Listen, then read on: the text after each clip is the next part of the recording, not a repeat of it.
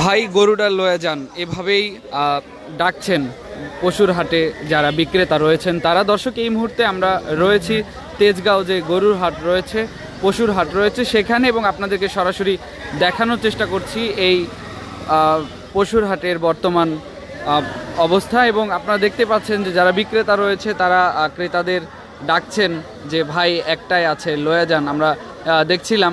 আপনার সাথে একটু কথা বলতে চাই। আপনি কোথা থেকে এসেছেন? শেরপুর, বগুড়া শেরপুর, জামালপুর শেরপুর। আচ্ছা, কেমন আছেন? ভালো আছি।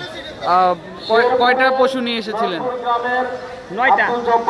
কয়টা বিক্রি হয়েছে? 7টা বিক্রি হয়েছে। 7টা বিক্রি হয়েছে। আর কয়টা আছে আপনার কাছে? 2টা। তো কেমন দেখছেন হাট এবারে? কেমন দেখছেন?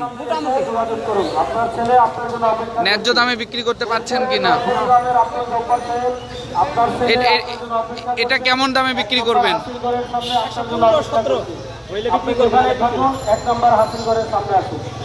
দর্শক, আমরা একজন বিক্রেতার সাথে কথা বলছিলাম। তিনি যেমনটি জানাচ্ছিলেন যে তার 9টি গরুর মধ্যে 7টি গরুই কিন্তু বিক্রি হয়েছে। আমরা দেখছি এখানে ঈদের যেহেতু আর একদিন রয়েছে এবং এখন পর্যন্ত আমরা দেখছি ক্রেতা বিক্রেতারা ভিড় জমাচ্ছে এই পশুর হাটে। কোথায় থেকে এসেছেন? আমি বনানী থেকে আসছি। গরু কেনার জন্য এসেছেন। কেমন দেখছেন? এখনো ঢুকি নেই, দেখবো। বাবা আসতেছি। গরু শুনলাম মোটামুটি ভালোই দাম। কেমন লাগছে সামনে ঈদ? ঈদের হাটে ঘুরছেন, কোন কোন হাটে যাওয়া হয়েছে?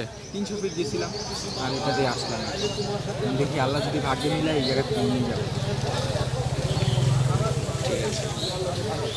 দর্শক, এই মুহূর্তে আমরা একজন ক্রেতার সঙ্গে কথা বলছিলাম। তিনি যেমনটি জানাচ্ছিলেন যে তারা বিভিন্ন হাটে ঘুরছেন এবং পশু কেনার জন্য হাটগুলোতে যাচ্ছেন। তেজগাঁও হাটে এই মুহূর্তে আমরা রয়েছি। তেজগাঁও যে পশুর হাট রয়েছে সেই হাটে আপনাদেরকে সরাসরি দেখানোর চেষ্টা করছি।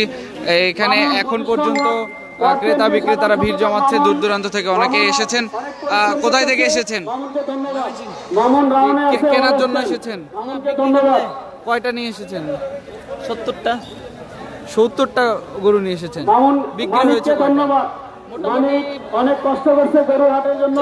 মানুষকে অনেক অসংখ্য ধন্যবাদ। মোটামুটি 40টা প্লাস বিক্রি হয়েছে। কেমন দেখছেন পশুর হাট এবারে? অনেক গরু, তাদের অনেক গরু, প্রচুর গরু, সেই জন্য সেই তুলনায় গরুর দাম কম। কি মনে করছেন কেন দাম কম? গরু বেশি উঠছে, আবার বৃষ্টি, গরু বেশি উঠছে, সেই জন্য দাম কম। যে গরু বিক্রি করার কথা 2 লাখ টাকা, সেই গরুর দাম 1.5 লাখ টাকা কয় কাস্টমার। কি বলবো? আপনি কোথায় থেকে এসেছেন বললেন? ময়মনসিংহ। প্রায় 70টি গরু নিয়ে এসেছেন, তার মধ্যে 40টা বিক্রি হয়েছে। ক্রেতা কম কিনা? গরুর সংখ্যা বেশি, যার কারণে দাম কম।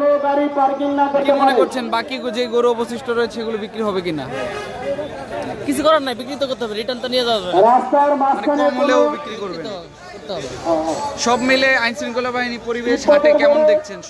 এটা নিয়ন্ত্রণ আছে, ঠিক আছে, মাশাআল্লাহ, এটা ভালো। আমি এই এলাকায় থাকি। বুঝতে পারছি। দর্শক, আমরা একজন বিক্রেতার সঙ্গে কথা বলছিলাম। তিনি প্রায় 70টি গরু নিয়ে এসেছেন, তার মধ্যে 40টি গরু তিনি বিক্রি করে ফেলেছেন। তিনি জানাচ্ছিলেন যে এবারে তেমন দামে তিনি বিক্রি করতে পারছেন না, ন্যায্য যে দাম সেই দামে। আমরা দেখছি এখানে বৃষ্টিতে, যেহেতু বৃষ্টি হয়েছে, বৃষ্টিতে কিন্তু অনেক ভোগান্তিতে পোহাতে হচ্ছে ক্রেতা বিক্রেতাদের। আমরা দেখছি অনেকেই গরু ক্রয় করে এখান থেকে কিনে নিয়ে যাচ্ছে। আপনারা নিজ উদ্যোগে কাউন্টারে হাসিল জমা দিবেন। রাস্তার মাঝখানে কোনো গরু থাকবে না, ব্যাপারী ভাইরা, রাস্তার মাঝখানে কোনো গরু থাকবে না।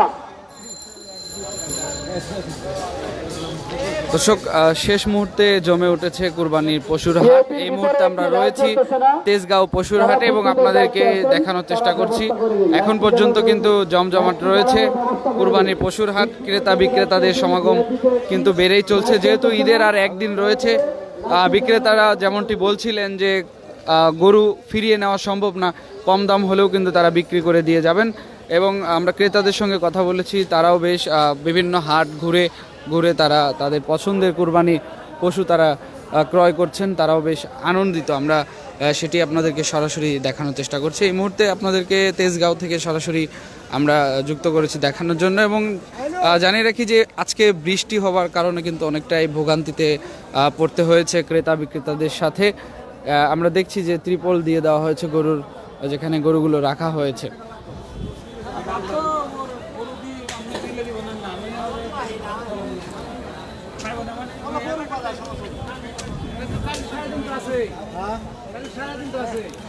দর্শক, তেজগাঁও যেই কুরবানি পশুর হাট রয়েছে সেখান থেকে সরাসরি আমি আপনাদের সঙ্গে যুক্ত ছিলাম এবং দেখানোর চেষ্টা করছিলাম। এই ছিল এখনকার আমার কাছে সর্বশেষ। পরবর্তী আপডেট পেতে অবশ্যই দৈনিক ইত্তেফাকের সঙ্গেই থাকবেন। সবাইকে ধন্যবাদ জানিয়ে শেষ করছি।